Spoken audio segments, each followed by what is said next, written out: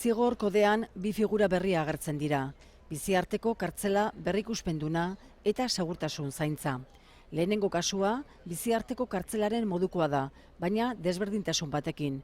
Presoak bergizarteratuta dagoela frogatzen badu, askatasuna lor dezake. Dena dela, presoa gutxienez, 25 eta 35 urte bitartean egon beharko da kartzelan. Figura hau hilketa terrorista, magnizidio, genozidio eta bestelako hilketa batzuen kasuan aplikatuko da. Zigor kodeko bigarren berrikuntza nagusia segurtasun zaintza da.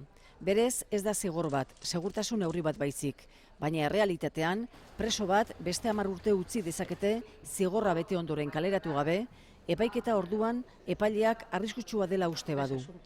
Kasu larrietan aplikatuko da, hilketa, homizidio, baiketa, sexu eraso edo terrorismo kasuetan. Gainera, zigor kodean beste 3 delitu berri ere jasotzen dira. Justizia ministroaren esanetan, emakumeen kontrako indarkeria jarrerei aurre egiteko. Bata, zelatatze edo jazartze delitua, bigarrena ezkontza behartuarena eta hirugarrena irudi intimoen grabazioak baimen gabe zabaltzea.